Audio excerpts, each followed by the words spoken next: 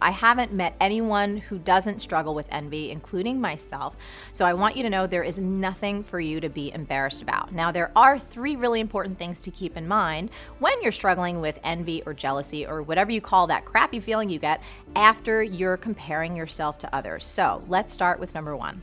Tip number 1 is remember the filter factor. You know, Seth Godin calls the internet the envy amplifier, and boy, is he right. So what you may be forgetting, Anne, is the filter that all these happy pictures and updates are being shared through. So here's what I mean.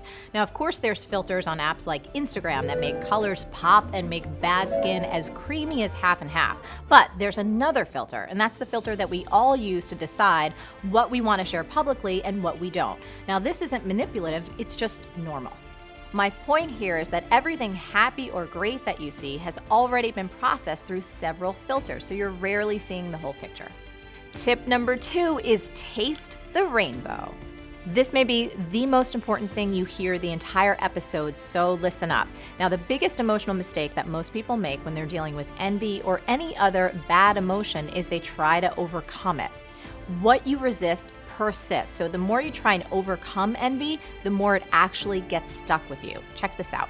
My man Josh teaches that emotions are nothing more than atoms vibrating in our bodies at particular frequencies, and that we've been taught to label these vibrations as either good emotions or bad emotions. So for example, what we consider good emotions or good vibrations are things like happiness and excitement. And there's what we call bad vibrations, things like fear or sadness or your old friend envy.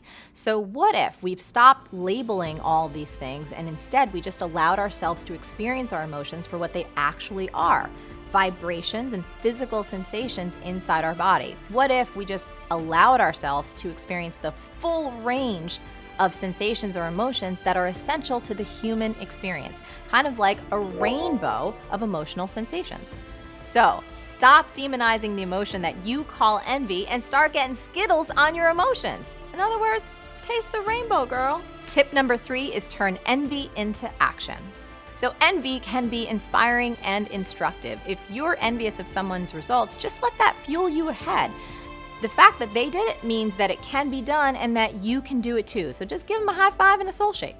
Second, realize that envy is often a clue that there's something latent in you that needs to be expressed. So let that envy trigger you in a beautiful way. Let it guide you to where you need to take some more action in your own life.